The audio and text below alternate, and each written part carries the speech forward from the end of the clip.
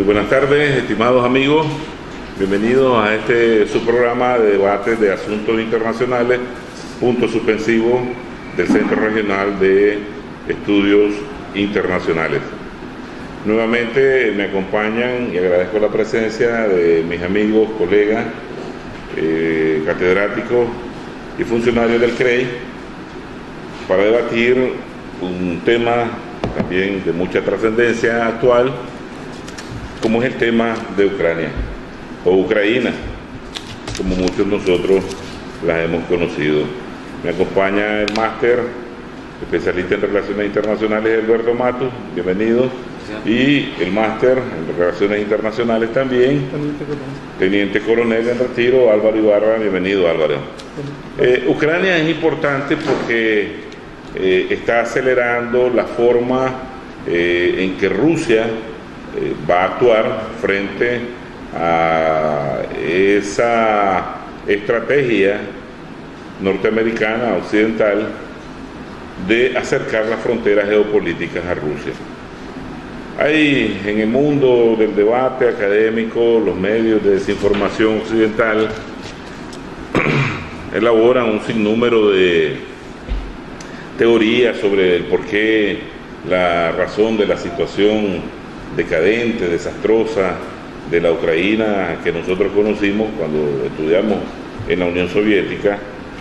Los tres que hoy dirigimos este programa estudiamos, somos profesionales graduados de la Unión Soviética, conocimos a una Ucraína diferente, radiante, colorida, en pleno desarrollo. Hoy, lastimosamente, como todo lo que suele caer en esa estrategia norteamericana de caos controlado, pues simplemente está en ruina. Un país, nuevamente, podemos calificarlo como fallido. Alberto, ¿pudieras tal vez iniciar? Buenas tardes, amigos. Buenas tardes a las personas que nos están viendo en sus hogares, en sus oficinas, en las universidades. Pues, hablando de la revolución de colores, fundamentalmente en este día de la revolución naranja, pues debo decir que el poder mediático fijó en la mente de sus consumidores una imagen de que todo lo acontecido en Ucrania a finales del 2004, principios del 2005 y conocido por todos en este momento como la Revolución Naranja, no es otra cosa que un acto de justicia histórica y la muestra de que los pueblos del mundo intuitivamente y de manera espontánea buscan vivir en un mundo liberal, a imagen y semejanza de cómo viven los ciudadanos en los Estados Unidos, en Europa, etc. Fin de la telenovela mexicana, lo que es peor de la telenovela hindú. La realidad es otra, y la realidad es muy cruel. En Ucrania lo que sucedió a finales del 2004 no es otra cosa que la continuación de los golpes blandos que empezaron en Yugoslavia 4 años antes. Golpes blandos es una estrategia, como todos ustedes saben, creada en los laboratorios ideológicos de los Estados Unidos por el sociólogo Ian Sharp y su instituto Einstein, patrocinado obviamente por la CIA y el establishment norteamericano, en que a través de una serie de pasos muy bien medidos, subrepticios mucho, que se combina el movimiento, el apoyo a los movimientos populares, se combina la acción exterior diplomática y el accionar de la comunidad de inteligencia de los países interesados en que sucedan pues, estos eventos, se camuflan en una una realidad objetiva que sí tiene, que sí tiene argumentos para buscar una mejoría, un estado de cosas, ¿verdad? Como lo era en Ucrania. Sin embargo, que pretende llevar agua al molino de los enemigos de ese propio país, o de los enemigos de los vecinos de ese país, en este caso Rusia. Claro. Quiero hacer una breve retrospectiva porque la verdad es que este señor Gene Sharp está de moda. Sí. Sus manuales de desestabilización, ¿verdad?, de revolución y democracia han sido traducidos en cientos ya de idiomas extranjeros. Parece que ni la Biblia ni las obras de Agatha Christie han sido tan traducidas, ¿verdad?, como las de este señor. ¿Por qué? ¿Y por quién? ¿Y con qué interés? Esto es lo que yo creo nuestros televidentes, vamos a decir, nuestro mercado consumidor, es la realidad que deben de saber. Ya se nos olvidó, ¿verdad?, que aquel oficial o agente o funcionario de la CIA que se les desertó a finales de los 60, escribió en su memoria una obra muy reveladora. Me refiero a Philippe Agee. Philippe Agee denuncia que producto del desgaste que tiene la CIA, ¿verdad?, en los años 70, por sus acciones encubiertas, caso Operaciones Cóndor en Latinoamérica, ¿verdad?, las matanzas, las crueldades de las dictaduras militares, África, Asia, el desgaste que tiene por toda el sudeste asiático, Vietnam. Ellos descargan muchas de esas operaciones encubiertas en el Departamento de Estado y le pasan prácticamente al Departamento de Estado todo un paquete de financiamiento a partidos políticos, a juventud, a organizaciones no gubernamentales, y que estas, que sirven de punta de lanza en los gobiernos que desean desestabilizar, van a seguir siendo los receptores de la ayuda norteamericana en función de la desestabilización de la democracia en esos países, ¿verdad? Y de ahí aparece pues la gran obra de Sharp, de este Instituto Einstein, y que durante, como bien decimos, en estas revoluciones de colores, sirve de Biblia y manual para todos estos jóvenes que los mantienen educando en diferentes cursos sobre gobernabilidad, sobre democracia, lo hacen sentir y pensar que son agentes de cambio, provocan este tipo de situación. Y este es el caso, ¿verdad? Sucedió en Georgia en el 2003.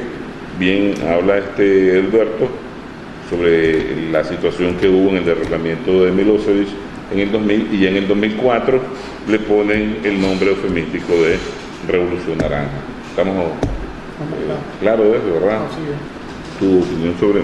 Bueno, lo que pasa es que nosotros vemos que todo parte de los cambios del 90, la misma desintegración de la antigua URSS causa como efecto de que algunos estados, en este caso el tema que nos corresponde el día de hoy, Ucrania, prácticamente se da una condición para que la moda en ese momento ya era el olvidar la vía socialista, olvidar la vía del desarrollo social de los pueblos, y se da una nueva visión, lo decía y lo refuerzo lo que había planteado Mato, en imitar o buscar aquellos anhelos de vivir un paraíso capitalista. Entonces, y ante una situación de falta de cohesión de poder, de una dirección política clara, de verdaderamente el porvenir concreto y necesario para Ucrania, en el caso que estamos viendo, acordémonos que Ucrania, su posición es estratégica. Habían silos estratégicos nucleares especiales de la antigua URSS, pero fundamentalmente para Rusia, Ucrania le era un bastión de abastecimiento muy importante. Se le llamaba el granero de la Rusia como tal. Significa que su aporte de la URSS, su aporte era significativo. Y desde el punto de vista geoestratégico estamos viendo Ucrania y le anexamos el tema de Crimea, que lo vamos a desarrollar un poquito más adelante ampliamente, porque recordemos que la base naval más estratégica de los rusos está en Crimea. Al desprenderse Ucrania y con ella Crimea, con gran influencia de ciudadanos rusos y toda una serie de cuestiones étnicas que también las vamos a abordar, hay algo fundamental que hay que ver. Ucrania presenta las condiciones para que llegaran aquellos que pretendieron conquistarla con un desarrollo, con un financiamiento e inclusive con la proposición de ser parte de la OTAN. Y van detrás fundamentalmente de esa base estratégica naval que se llama Crimea, Sebastopol, que es la base estratégica hacia el Mar Negro, donde los rusos tenía y ha vuelto a recuperar el 70% de su estrategia naval militar en su poderío militar. Así que nosotros vemos a una Ucrania que en los 90 se separa de la antigua URSS y se mira en las condiciones de ser absorbida por toda una peliculesca, o como hayan sido, porque la revolución es naranja, promovida por cierta inteligencia a través de estudiantes, de jóvenes, que es la que se vuelve activa fundamentalmente en esa etapa. La vuelven activa, pues, en el sentido de dirigir y agarran esa fuerza y se vuelve como una especie de corriente para alcanzar los logros políticos y poner la figura. Entonces, ¿cuál ha sido la problemática de Ucrania? Que después que incluso se desprende de la misma Unión Soviética, Ucrania tiene un problema. Los mismos políticos que siempre históricamente habían estado involucrados de alguna u otra manera en la autoridad ucraniana son los que se disputan el querer seguir dirigiendo en la nueva perspectiva hacia Europa, porque eso era ahora la vía, cómo buscar el azimut hacia otra dirección que le permitiera un alcance de desarrollo económico, pero que además le legalizara y que fueran aceptadas políticamente. Entonces, quiero terminar con algo, solamente decirte algo, sin perder de vista dos cosas elementales: que el principal socio económico, que después de que se desprendieron, se separaron como estados independientes, siguió siendo Rusia. Y segundo, la dependencia que Ucrania tenía con relación al gas de parte de Rusia. Así que era como muy difícil que Rusia dejara de serle de interés a Ucrania y simplemente dejar que tomara el rumbo que ellos quisieran. Para Rusia siempre estuvo muy estratégico, al extremo que hicieron convenios. Pero que Ucrania es Rusia, nunca la va a soltar. Entonces, Crimea hicieron un tratado específico militar donde lo firmaron por una cantidad de años, después lo volvieron a ratificar, en donde Rusia le pagaba a Ucrania $100 millones anuales por arrendo de la base en Sebastopol, ahí en Crimea. Quería hacer esta parte. Me gusta el realismo político con el que entraste ahorita, calificando eso como toda una farsa, por un cuento de este camino. Objetivo, la revolución de color fracasó, triunfó. Fracasó, pero quisiera dejarlo un poquito para después y te lo puedo contar porque sí fracasó, ¿verdad? Pero dice Putin que su famoso tocayo, pues, Vladimir Ilich Lenin, puso una gran bomba debajo de la Unión Soviética. Sí, hace poco y que esa explosión, las ondas expansivas de esa explosión todavía dañan a Rusia, pues, y dañaron de manera definitiva a otros países que se salieron de alguna manera de esta gran unión, ¿verdad? Pues al principio me enojé pues con esa, siendo leninista, pues me molestó mucho eso, pero luego pensando bien, y entendiendo pues que Putin es un líder pragmático y un hombre de pensamiento liberal, sí, ¿verdad? Aunque dice que todavía tiene su carnet del Partido Comunista ahí en la casa, pues, ¿verdad? Sí. Entonces, al final yo creo que todos lo tienen, ¿eh? Sí, me imagino que sí, por cualquier cosa, claro. Siendo pragmático. Claro.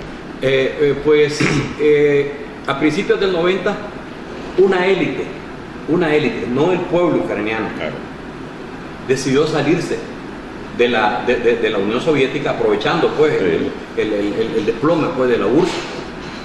Pero no solo decidió salirse, sino que decidió ser enemigo de Rusia, una pequeña élite.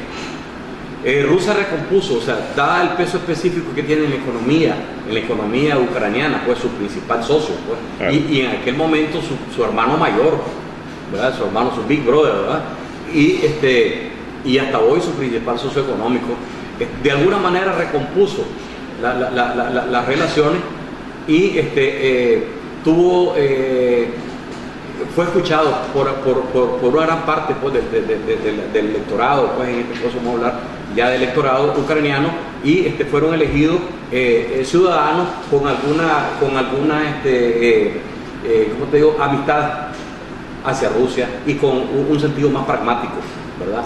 Es la potencia cercana, es el mejor aliado, el gran socio comercial y de alguna manera su protector, y en que su pueblo transita sin ningún tipo de documento en ambos lados, pues desde el siglo XI, así ha sido, ¿verdad?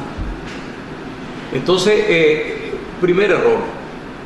Luego, que ya no es error, que ya es una condición histórica, o sea que en la misma formación de lo que hoy es la Ucrania contemporánea, hay una parte importante geográfica que tiene afinidad con Polonia y con Europa Occidental.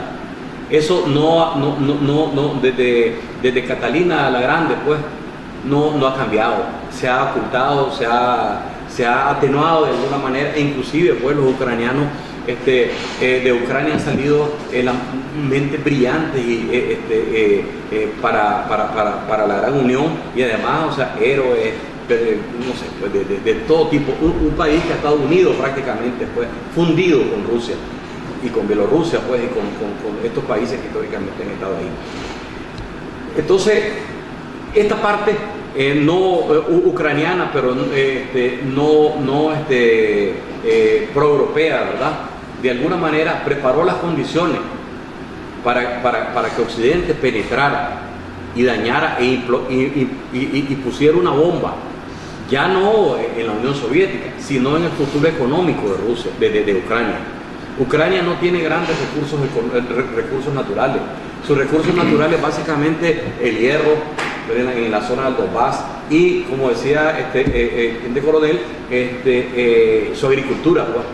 La agricultura y el gran nivel técnico que alcanzó su sociedad, pues, que es una sociedad de primer mundo desde el punto de vista cultural y educativo.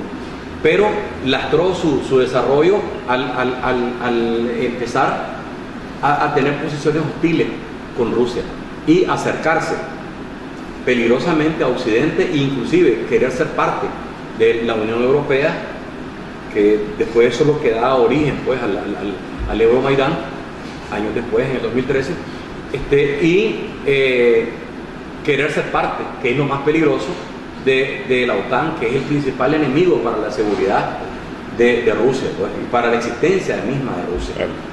Y hay leyes geopolíticas, y sobre todo en esa zona, que no la puedes romper, porque que eso desata inmediatamente sistemas de inseguridad que pueden escalar rápido a una máxima confrontación. Quiero regresar un poco a esto del eufemismo de las revoluciones de color. También sucedía con las revoluciones o los intentos de desestabilización, yo le llamo planes o acciones de desestabilización, vamos a decir, de política exterior norteamericana. Sucedía en la Europa Oriental también, cuando habían países socialistas como Checoslovaquia. ¿Te acordás la revolución famosa de Praga? Sí. Revolución de primavera, ¿verdad? Entonces, Así le han venido llamando con estos colores bonitos. Hay revolución de los tulipanes, hubieron la revolución del azafrán, de las rosas, ¿verdad?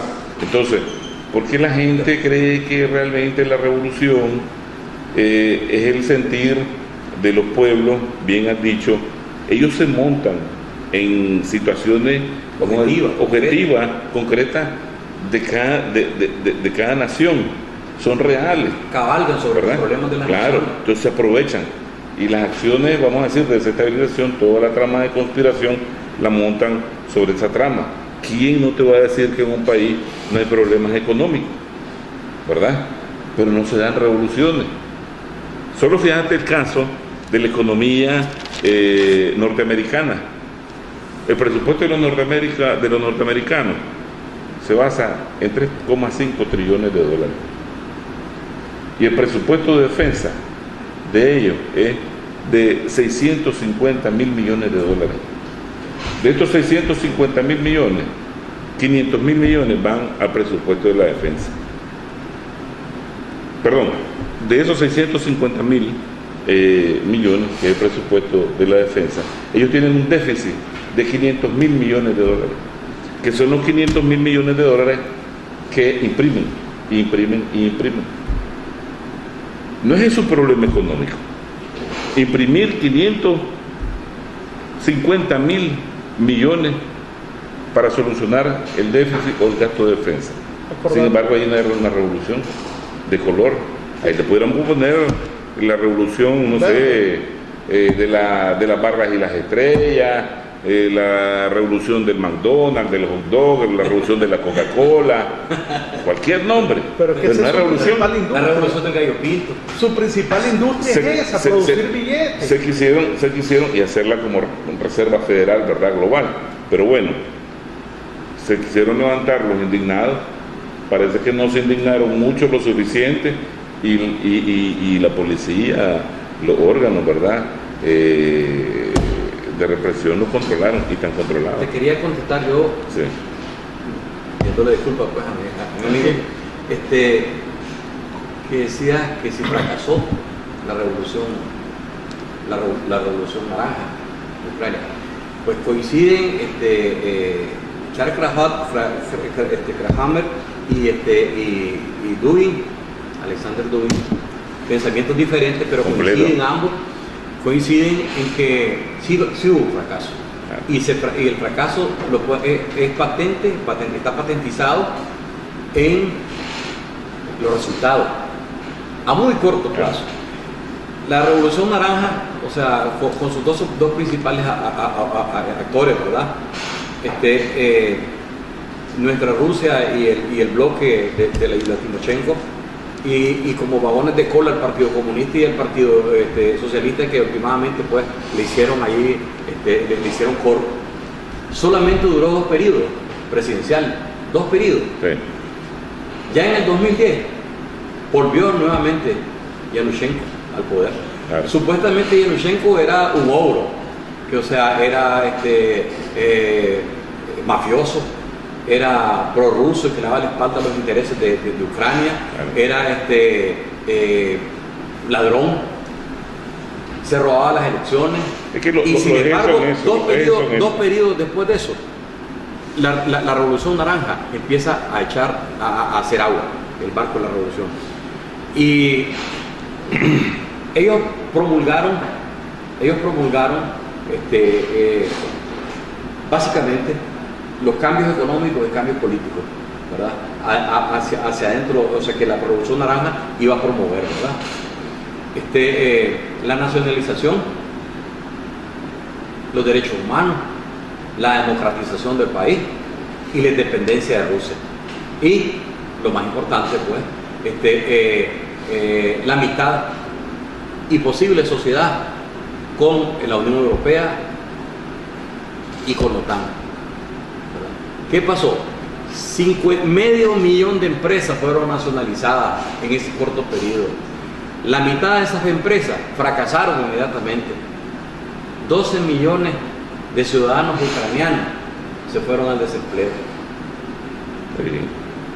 Una cantidad parecida se fueron a dar lástima como obreros, ingenieros, gente de gran calificación, como obreros de más ínfimo nivel a Europa Occidental. Claro. Eso no te lo publican. No, eso no lo publican en ningún lugar. De manera masiva, pues. Exactamente. Y luego de eso, lastraron obviamente su posibilidad de desarrollo nacional y empezaron a endeudarse a tal momento que hoy es una de las naciones más endeudadas de Europa. Tan endeudada, o sea, como Chipre, tan endeudada como otros países que están pugnando pues por salvataje de la Unión Europea. ¿Qué significa? O sea, fracasó prácticamente su proyecto, porque ellos no entendían algo.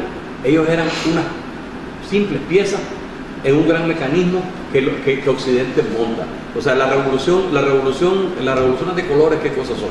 O las primaveras, o como ustedes les quieran llamar, que prácticamente son las mismas. De color, de primavera, exactamente. Bonitas, ¿no? Entonces, ¿qué pasa después? O sea, que estos personajes que supuestamente surgen en el auge del choque, de los levantamientos, surgen espontáneamente estos líderes, estos luego no sirven para la siguiente etapa, que es una etapa de pacificación del país, y es la etapa de consolidación de la revolución, donde tienen que empezar a verse los acuerdos concretos, los acuerdos con la OTAN, en este caso los acuerdos con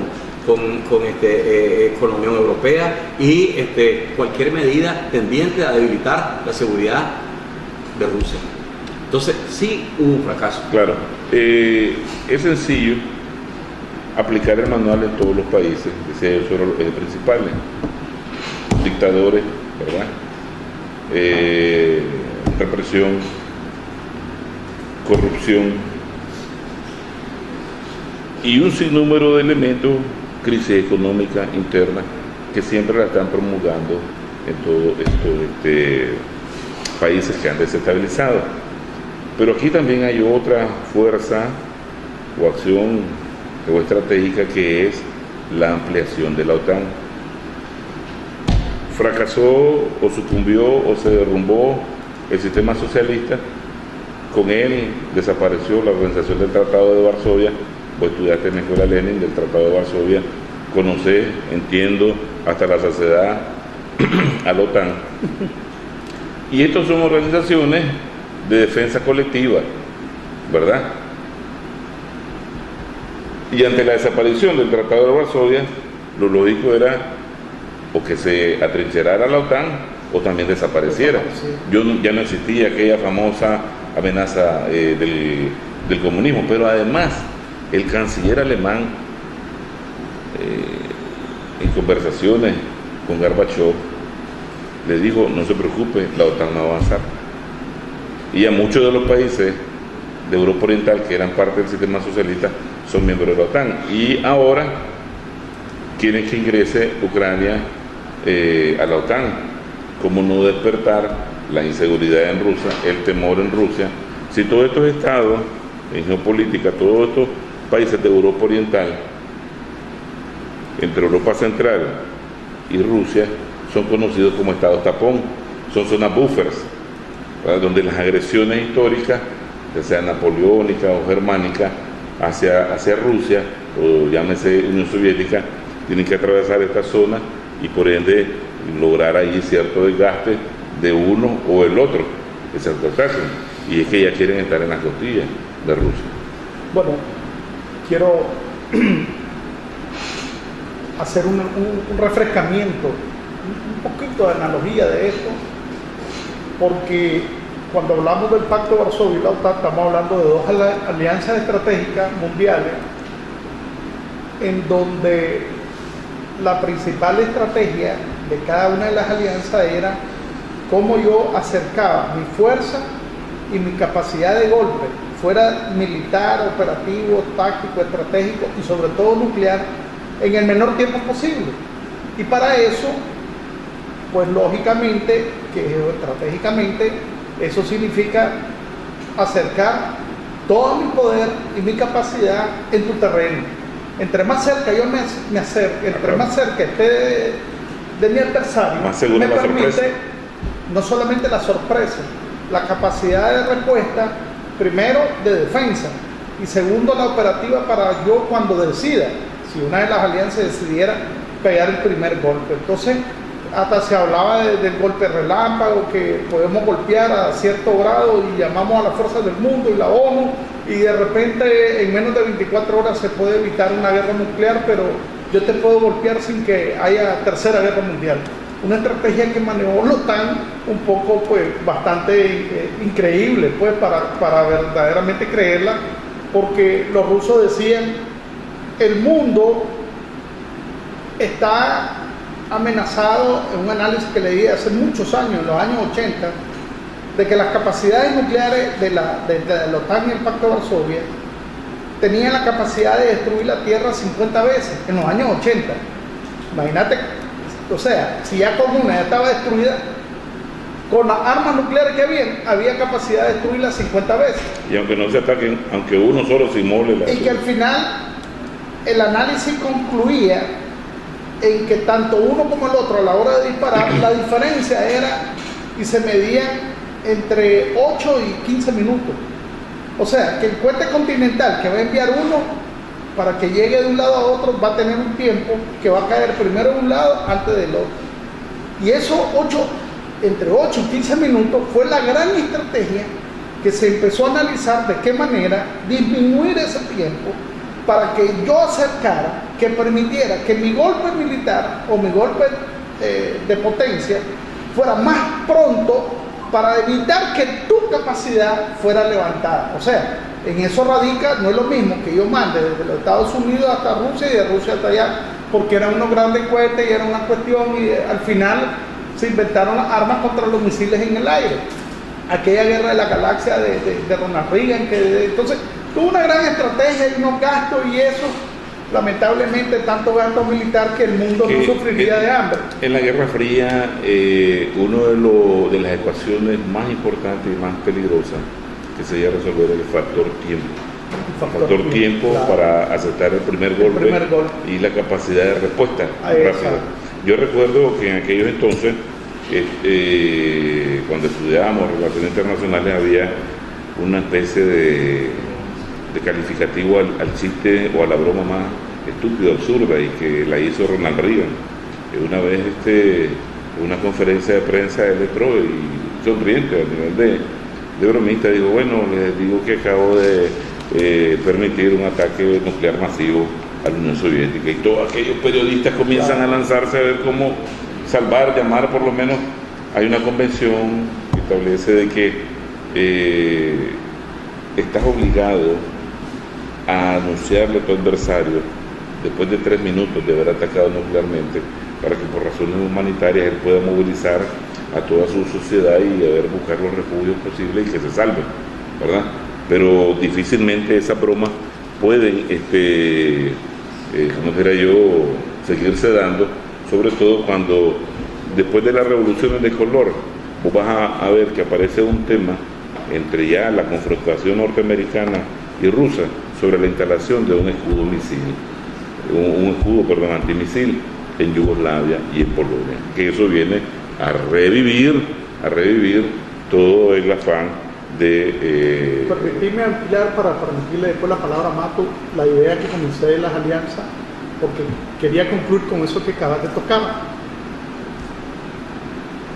Si ya sabemos el tiempo, la potencia y las capacidades que hay en las dos, y que cada vez lo que ando buscando es acercarme, Ucrania presentaba lógicamente ese interés y esa atracción por la OTAN, que está en Europa, pero que no es lo mismo desde la distancia en que tenía toda su capacidad militar a tenerla en Ucrania, y más avanzadamente a través de la Fuerza Naval de los Estados Unidos, sus portaaviones, sus submarinos en el Mar Negro.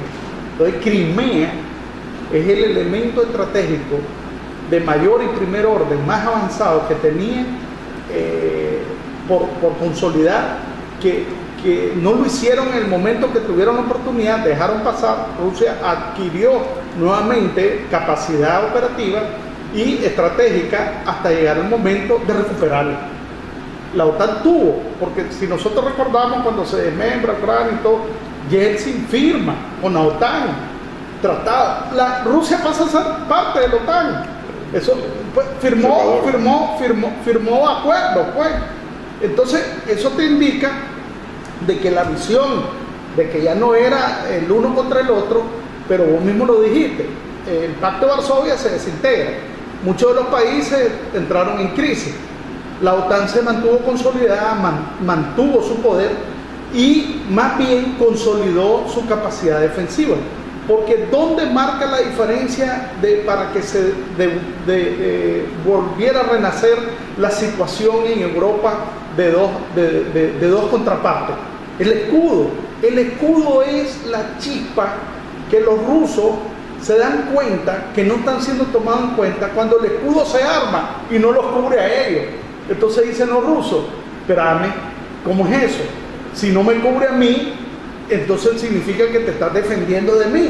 No me estás viendo como tu aliado o como tu parte o como alguien que ya no está metido en la guerra, en la batalla. El cuento que le dicen, ¿verdad?, a los rusos, y hay una entrevista ahí donde Putin se muere de la risa, que le dice, no, es que es un escudo no contra Rusia, sino contra el armamento nuclear iraní, ¿verdad? Que no existía todavía. Sí. O voy a dormir bien, dice, ¿verdad? Entonces, me hiciste reír. Sí, es correcto, me hiciste reír. Al reportero alemán. Sí. Mira, sigamos con la otra etapa. Yo pienso y acerquémonos un poco al Maidán. Sí, para terminar lo que están hablando ustedes de la OTAN, pues es importante, pues el asunto defensivo para la defensa de sus fronteras y de su población y de su existencia como país para Rusia es primordial, estemos claros. Rusia, a través de su historia, en las distintas formaciones nacionales que ha tenido, ¿verdad? Siempre ha partido de algo inamovible, que es la defensa, la defensa de su país, un nacionalismo increíble a la hora de defender su tierra. Sin embargo, como política exterior, ha sido una política, inclusive en tiempos de los zares, una política bien mesurada. Y ya en la etapa de la Unión Soviética, y que ha sido heredada por la diplomacia rusa, una diplomacia que busca siempre la paz mundial y la distensión. Porque saben que a diferencia pues, del imperio norteamericano, que navega bien en aguas turbulentas pues, de la guerra, Rusia no. Rusia necesita paz en el mundo para progresar, porque es una nación básicamente pacífica, pues. Ha sido víctima de tantas invasiones, su suelo ha sido hollado al igual que Siria, pues, por cantidad de invasores pues, de todo tipo y tan terribles pues, que se han quedado tantos años, hasta 3 siglos, 4 siglos en sus tierras como los mongoles, ¿verdad?, que al final han sido expulsados precisamente por ese espíritu que tiene de defensa de su tierra los rusos. Entonces este asunto de la defensa, del acercamiento del armas de la OTAN a su frontera es válido. Pero a mí lo que más me preocupa es el futuro de un país en el que yo viví. Pues yo he vivido 2 años en Ucrania, es un país súper amable, un país exactamente, un país de gente maravillosa realmente, o sea, con un nivel, como te decía, cultural superior a la mediana de Europa. Inclusive te asombras, pues, la capacidad que tienen estas personas de estudio, de crecimiento tecnológico, ¿verdad? Y que ha sido destruido prácticamente, no solamente destruido desde el punto de vista de sus posibilidades económicas, sino desmembrado prácticamente. Por esa equivocación, Rusia, yo te digo, esto no hubiera pasado si hubiera habido una política pragmática, pues, no había una política pragmática de no querer cabalgar en 2 caballos, ¿verdad? Sino, o sea, tomar una decisión correcta y ajustada a la historia, que es acompañar a Rusia en su camino al progreso. Te digo que todo está es el problema de la élite. y hacia dónde guían a su pueblo. A eso quería llegar, o sea, la ambición de pequeña élite, o sea, económica, y luego que emigran a lo político, claro, sin tener la capacidad, porque vos claro, mirás Poroshenko, o sea, va prácticamente hundiendo cada vez más a su país, y el gran problema es que... Y él se va enriqueciendo. Exactamente, los países que apoyaban un regreso del status quo en Ucrania ya no tienen tanta atención. La atención mediática y la atención militar y la atención ideológica y estratégica se trasladó a lo que hablábamos el otro día, pues se trasladó a Medio Oriente, ¿verdad? Y con posibilidades de trasladarse a la península coreana, pero no pinta ya más. Entonces, ¿qué pasa con Ucrania? Ucrania, si no busca un acuerdo prontamente con Rusia y digamos esta élite o desiste de mantenerse en el poder y se decide, pero difícilmente ellos con Rusia van a intentar hacer algo. Vos mirás las noticias que 12.000 soldados ucranianos se pasan con todas las armas, cruzan la frontera y se suman al ejército ruso. O sea, ahí vos mirás, no es un elemento de oposición, es un elemento, o sea, ¿cómo te digo?, de entender la realidad de su país. Y así vos mirás esta pequeña república que le llaman separatistas, pues, o sea, en el oeste de Ucrania, Lugansk, Donetsk, etcétera, ahí hay una política pragmática y que al final ellos no quieren, realmente, pues, lo que quieren es una federación, un país federado donde ellos que vuelva como hace algunos años, de poder circular, de poder comerciar, de poder vivir, de poder interactuar, ¿verdad? O sea, con una frontera menos que nominal, pues, ¿verdad? O sea, que nadie sabía dónde estaba esa frontera realmente. Un ciudadano ucraniano y un ciudadano ruso no te podía decir dónde estaba la frontera entre esos dos países. Vos pasabas en un tren para todos lados y nadie te decía dónde estaba la frontera. No las conocían. Ahora hay retenes militares y o sea, podés morir inclusive. O sea, esa es la tragedia. O sea, más allá, pues, de la cuestión geopolítica mundial, que es importantísima, porque los que piensan en esto, pues, saben que alineando a Ucrania con ellos, Rusia prácticamente tiene un flanco importantísimo protegido, es su retaguardia. Y lo empantanarían y harían que Rusia, si esto sigue así y si inclusive pues esto escala, que Rusia no pueda cumplir con sus planes estratégicos que hablábamos el otro día, pues de la ampliación de su influencia a nivel mundial. Sin entrar en pánico, ¿verdad? Este tipo de operaciones de desestabilización, de caos controlado, donde los resultados para ellos, lo que propician ese caos es que el Estado se mantenga de una manera fallida y en dependencia de futuros recursos de asistencia económica que le puedan proveer. Con eso alinearse, ¿verdad? Con eso controlar y con eso redirigir a ese nuevo Estado controlado en función de los planes antirrusos, en el caso de Ucrania. Ucrania es la representación de la tristeza de los pueblos. Las élites deciden. ¿Cómo vas a creer vos que toda esta Europa, que tanto se vanagloria de ser tan culta, ¿verdad?, que ya le regalaron a la humanidad 2 guerras mundiales, van a pretender entrar en una guerra con Rusia, cuando ya Rusia lo ha llevado hasta las puertas de sus capitales? A los alemanes, por muy poderosos, los regresó hasta sus capitales. Hasta una zarina le ganó una guerra. ¿Cómo van a pretender esa élite introducir a sus pueblos en una vórtice de guerra con Rusia? Es inaceptable. No le van a ganar. Pero además oligarquía. Ellos se aseguran, dice Soros, hay que invertir hasta el último centavo en la guerra con Rusia. Y va a ir a él a derramar la sangre. Ellos se van de sus países, como vos dijiste el otro día, en el caso de los sauditas, propician la guerra y después se van a comprar yates, mansiones lujosas y dejan a sus pueblos en ruinas y caos. Arreando camellos. Ahí lo que hay es una minoría. Y en pleno desierto. Exacto. es una minoría de Sin raíces desarrollo. oligárquicas. Es una minoría de raíces oligárquicas que han disfrutado del poder, han vivido del poder y les atrae más estar aliado con Europa que con Rusia. Aunque, y reforzando lo que ustedes planteaban de la cercanía, la relación estrecha, la realidad histórica es que Ucrania prácticamente siempre ha sido parte de Rusia. Es una cuestión no solamente del Ahí aspecto económico, se origina la Kievskaya sino Rus. siempre la Nueva Rusia, como se le llamaba a esa parte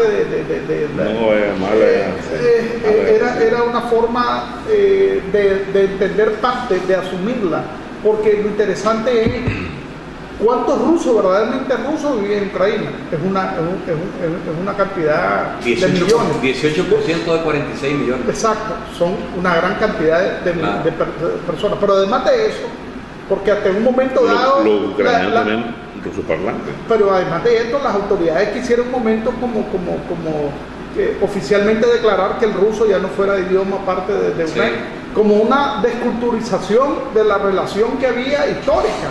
Y entonces eso te indica de que esta minoría, pretendiendo fortalecer sus intereses, porque si todo te hace indicar que vos dependés de una economía en donde estás más beneficiada por las condiciones y todo un sinnúmero con Rusia, y vas a ir a experimentar, a someterte a una nueva, le vas a pasar la de Gaddafi, el gran líder de nuestra revolución verde. Gaddafi en un momento dado dijo: no, voy a entenderme con esto europeo, con esta parte, desestimó toda su fuerza, su política, cambió, abrió sus puertas, vengan a ver, yo no tengo nuclear, armas, no tengo química, y aquí estoy, y más bien todos mis capitales los deposito en ustedes, vamos a empezar a trabajar y vamos a invertir. Ahí está la gran lección.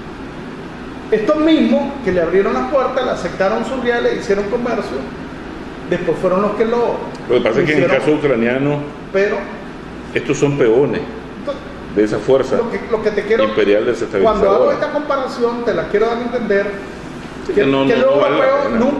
nunca va a ser asimilado. Esta oligarquía que quiere crear una forma europea, Ucrania, más hacia el occidente, no tiene sentido cuando la cultura, la economía y las tradiciones y la base están más hacia Rusia. Sí, quiero solo algo, mira. La segunda revolución ahora famosa, la del Maidán, ¿verdad? Lo nuevo, dictador, corrupto, prorruso, hay que meterse a la Unión Europea y después de la Unión Europea a la OTAN, y vamos a vivir felices, vamos a vivir ricos, vamos a vivir con un nivel de vida excelente, etc. Falló. Ucrania de nuevo en ruinas, peor, ¿verdad? La de Romaindán. Sí, la de Maidán. ¿Qué pasó? Pues lo que pasa es que la revolución naranja fracasó y dejó tareas inconclusas, ¿verdad? De los servicios secretos. Que era del Departamento de Estado. Sí, claro. Que la vez pasada dijiste el Departamento de Estado. Entonces, tareas inconclusas de los que intervinieron realmente pues, en Ucrania. O sea, de esos intereses oscuros de los que estamos hablando, sí, que están dirigidos pues, desde Washington pues, y desde sus laboratorios ideológicos, pues, que vos correctamente pues, le decís los Quintán, ¿verdad? Lo principal, lo que hablaba Álvaro sobre el proyecto de anexión pues, a la OTAN, y sobre todo de la integración, de la firma del acuerdo, pues, no de integración, pues, sino de comercial, de la unión comercial con Europa, pues. Eso se viene gestando, no están los mismos actores, Yanukovych, Timoshenko, y por el lado pues el prorruso, el mismo actor y los mismos ministros, pues, Yanukovych, están las mismas gente, sin embargo un poco más desgastada la gente esta de la revolución, que gestaron pues la revolución naranja, pero vienen trabajando de manera muy callada durante estos años, pues. En el 2013, acumulación de fuerza. En el 2013, en noviembre de 2013, o sea, explota pues, de manera de manera, como te digo, concentrada pues en Kiev y sobre todo pues en la famosa plaza pues del Maidán, ¿verdad? Todas estas inquietudes supuestamente por el hecho de que Yanushevich se niega a última hora en Vilnius a ratificar pues el acuerdo pues con la Unión Europea. Y entonces eso da paso a que se levante, que se haga pues el Euromaidán, según pues la teoría del golpe suave, es una gran asamblea donde confluyen todas las voluntades de la nación y están todo prácticamente el alma del pueblo ucraniano. Están los estudiantes, están los obreros, están los intelectuales, están las mujeres, están los homosexuales, están los militares, están todos, los políticos, los empresarios. Entonces es una gran rada que sin ser rada, pues, o sea, sin ser electa, está ratificada por la voluntad, o sea, lo que le dieron fue un golpe de Estado. Democrática del pueblo, ¿verdad? Dieron un golpe de Estado. Sin embargo, exactamente, es un golpe de Estado. Y entonces el gobierno entiende, inclusive los rusos mismos entienden. Los rusos mismos entienden, o sea, que de alguna manera están tratando de mediar en la situación porque eso les va a afectar, son sus vecinos inmediatos y corren un peligro, como lo hemos estado hablando. Quiere mediar en la situación, pero en un dado momento se dan cuenta, tanto el gobierno y los rusos, de que hay un peligro de que el país se derive en una guerra civil que nadie la va a poder controlar y que el país se divide, inclusive se fracture pues la nación.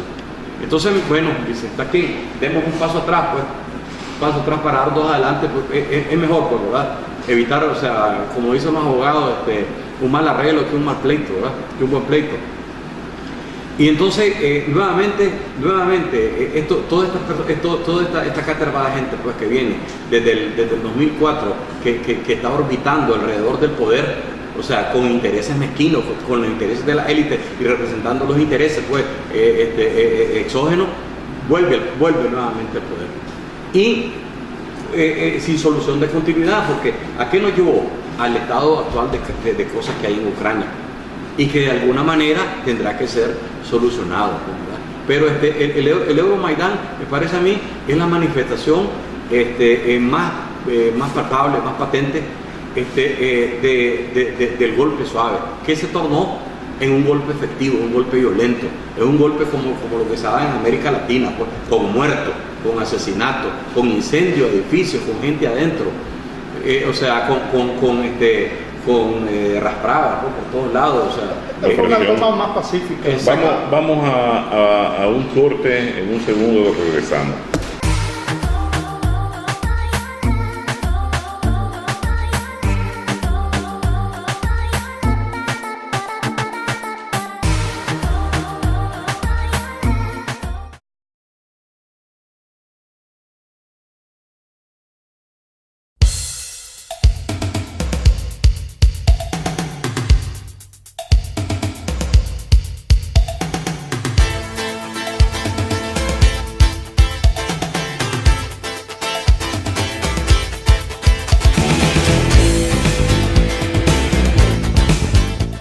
Bien, hay muchos temas ahí sobre Ucrania. Antes de hacer una pregunta que desde hace rato me da la atención, ustedes saben que la inteligencia soviética a tiempo vio lo que se le venía a Ucrania y muy pocos lo comentan, pero porque Yeltsin fue un desastre prácticamente, pero Yeltsin logró desarmar nuclearmente a Ucrania y decirle, mira, viste lo que pasó en Yugoslavia. Todavía el presidente ucraniano tenía cierta noción de identidad política, ideológica y afinidad. Y le dijo, entregame los bombarderos estratégicos, entregarnos a Rusia todo el armamento nuclear, porque si te meten lo que le metieron a Yugoslavia, sí. Y de ahí la suscripción de la base y todo esto. Si te meten ahora esa integración que le metieron a Yugoslavia, esto va a ser un caos, no solo para Rusia, para toda Europa. Esto es guerra nuclear y los ucranianos le entregaron pues, el arsenal nuclear a Rusia. Pero quiero preguntarte algo, esto es para que lo maneje. ¿Por qué Rusia chinchinea tanto a Ucrania con la asistencia de petróleo? Pues, por dos razones. Hay amigos que dicen, ahorita es el frío, quieren que les paguen, corten el gas y van a ver cómo corren a pagarlo. Pues dos razones fundamentales. Una, por un asunto de humanidad. O sea, cortarle los suministros básicos pues, que Rusia Claro. proporciona a Ucrania es matar de frío, matar de hambre a una gran cantidad de pueblos. Y es lo que ellos consideran que son los mismos. Pueblo empobrecido. O sea, casi hay un porcentaje, unos dicen 75, otros llegan hasta el 80 de empobrecimiento, o sea, del pueblo ucraniano, que la gente realmente está en un estado crítico. Ya está ya está en la frontera pues, de la pobreza extrema, pues. Una gran parte de la población. La segunda. Exactamente. La segunda es un cálculo político, frío, como lo hace cualquier nación. Entonces esa guerra está ganada. Dicen, o sea, es por el mismo hecho que Rusia, o sea, se la perdonó el derribamiento del bombardero a Turquía. ¿Saben? Punto suspensivo. Sí, no, vamos sí, a hablar por lo mismo, todavía. prácticamente. Es un cálculo político sencillo. Ucrania, están dejando que Ucrania llegue hasta desfallecer, pero no lo van a dejar morir, porque ese muerto va a dañar a Rusia. Ese cadáver va a dañar a Rusia políticamente y además estratégicamente. Saben que a los occidentales no les saben importa, que Poroshenko, definitivamente. esa junta y toda esa gente tienen que irse porque se tienen que ir. De alguna manera el pueblo ya no lo necesita. De una u otra manera. Exactamente.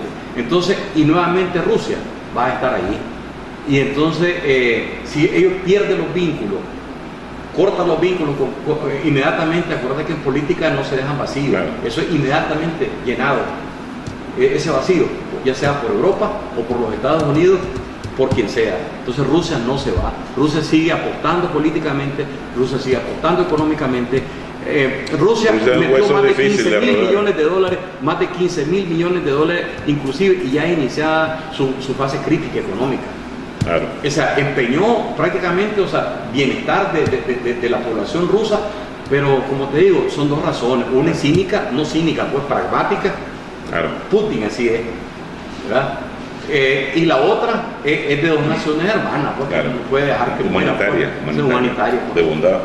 Ese efecto. No, quiero trasladarlo, teniente coronel, a algo que es su especialidad, Crimea, ¿verdad? Aquí hablamos de asuntos geopolíticos, usted es muy bueno en eso.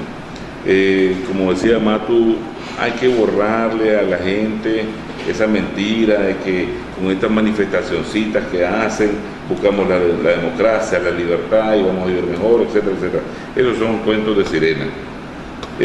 A Rusia... Telenovela mexicana. Sí, de esas malas mexicanas. O hindú. O hindú. Bien, Rusia inmediatamente recuperó Crimea. Era un bocado apetitoso para los planes militares norteamericanos y de la OTAN. En otra vamos a hablar de más nociones de que hablar de Georgia, entonces. ¿verdad? Sí. Entonces, mencioné a Eduardo Alexander Dubin, un estudioso geopolítico. Muchos dicen que es el asesor de Putin y que a él inclusive el Rasputin, dice. En los medios, habría que verlo, pero solo te digo, en los medios se dicen tantas cosas, dicen que inclusive Alexander Dubin es uno de los que más rápido propuso. Hay que estar atentos a todos estos sistemas de desestabilización que andan propagando y recuperar Crimea de manera geoestratégica. Otros se lo reconocen a grandes militares estrategas rusos contemporáneos. Bueno, lo que pasa es que dentro de la situación que ya la vimos, qué tan importante significa Ucrania para Rusia en abastecimiento, en la situación, tenemos que ver algo interesante. Cuando toda la situación de los cambios de golpe contra golpe y todos los cambios políticos que se dieron, hasta envenenaron a uno de ellos ahí, que le mancharon la cara ahí. Entonces, eso te indica el grado de desestabilización político que había en Ucrania, de que no permitía definir una sola situación. La OTAN no toma el debido control cuando pudo haberlo hecho, porque sí pudo haberlo hecho. desde la época de Yeltsin, desde la época posterior, aunque Rusia, una vez que se desmembran y Ucrania se independiza, y lo primero que hace Rusia para mantener un cierto grado de presencia y marcar sobre Crimea, firman lo que te repito, un convenio y un arrendamiento. Primero lo hicieron por 20 La años. visión geoestratégica Primero lo hicieron por 20 anticipada. años. ¿Por qué lo hacen por 20 años y no por 100 o no por 99? Porque la estrategia de tiempo te marcaba que Rusia, en su futuro estratégico de planeación, estaba viendo la recuperación lógica, pero no de Crimea, sino que estratégicamente lo que significaba Ucrania. Yo lo veo de esa manera, porque sí hay estados de los que se independizaron, de que son importantes, estratégicos, necesarios, y en un momento dado, acordate que buscaron la alianza y muchos se reintegraron. Algunos se reintegraron, pero Ucrania, en las condiciones que estaban, no pudo ser posible, y se crearon las condiciones, y es lo que permitió que en un momento dado Rusia tuviera que tomar control de todo aquello que le permitiera, antes que se le arrebataran lo que estaba pasando en Ucrania. Entonces, cuando nosotros vemos la descomposición interna de Ucrania, después de la Revolución Naranja, que no da su efecto, y después de toda esa influencia Maidán occidental, Maidán, ¿qué es lo que sucede? Rusia aprovecha las condiciones, pero el primer objetivo era Ucrania. El oso está despierto. Exacto, Ucrania era el objetivo, pero en un momento dado, las condiciones y la situación internacional, viéndolo del enfoque, Rusia no se quiso meter directamente a ser un invasor, no se quiso someter. Hay dos momentos, disculpame,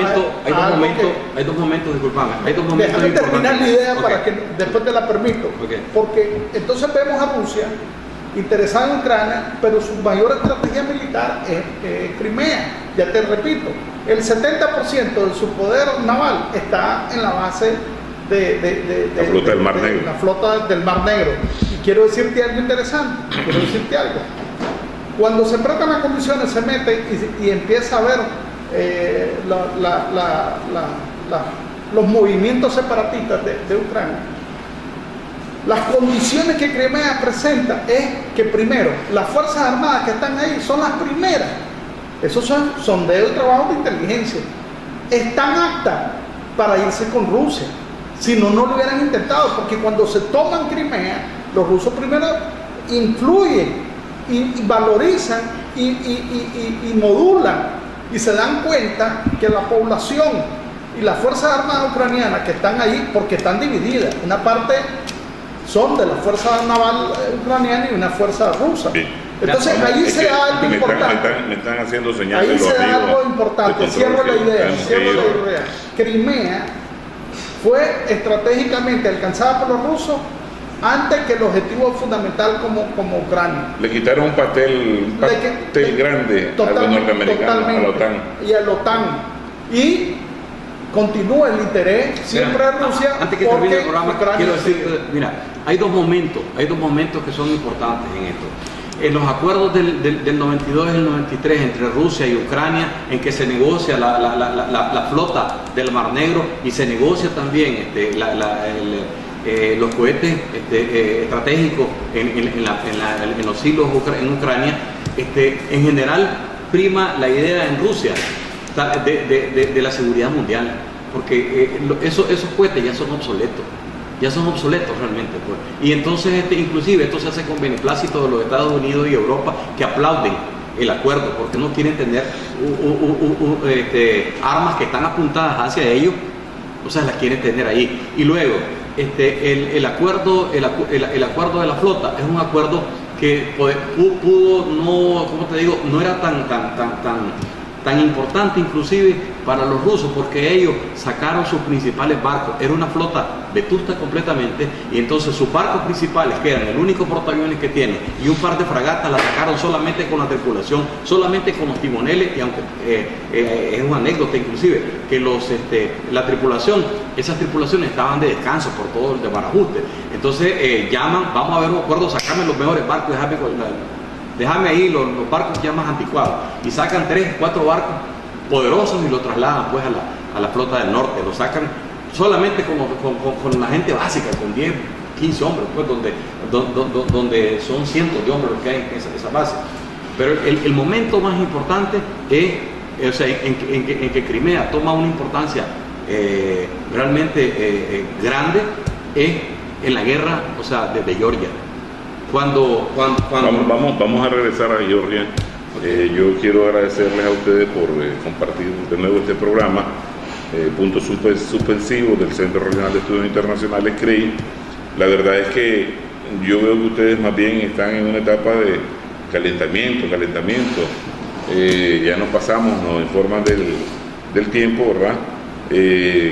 Esperamos la próxima semana estar de nuevo. Hay muchos temas que debatir. Claro. Hay muchas cosas que desmontar, porque, por ejemplo, nosotros que somos conocedores del realismo político, ¿verdad? Con bastante profundidad, aceptamos más lo que dice CNN. No, George Friedman. No hay que ver CNN ya. El que esté escribiendo CNN tiene que preocuparse él solo, ¿verdad? Que vea mejor RT. Mira, dice George Friedman, dice George Friedman, que es el presidente ejecutivo de Stratfor, que es una agencia de inteligencia abierta, ¿verdad?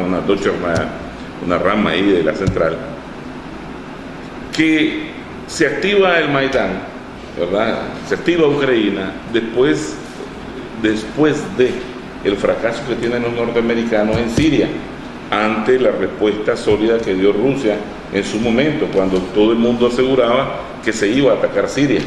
Y entonces se activa Ucrania para una respuesta rápida a los rusos y que ellos entendieran de que también nosotros tenemos posibilidades de avanzar más a su espacio de profundidad geopolítica. Bueno, bien amigos, como todo sucede, lo bueno siempre llega a un fin. Nos toca cerrar el programa hoy. Les agradezco a ustedes de nuevo su participación en el programa. Me parece que están calentándose, apenas se están calentando, conociéndolos a ustedes. Sí, nos quedamos bastante con muchas cosas. Entonces, como el programa se llama Punto Suspensivo del Centro Regional de Estudios Internacionales, vamos a tocar este y otros temas más, porque mira, Siria nos quedamos cortos todavía, Ucrania nos quedamos cortos, vamos a tocar Turquía, que muy poco se conoce aquí, hablaste lo del avión, por eso les esperamos la próxima semana y espero que haya sido de su interés. Muchas gracias.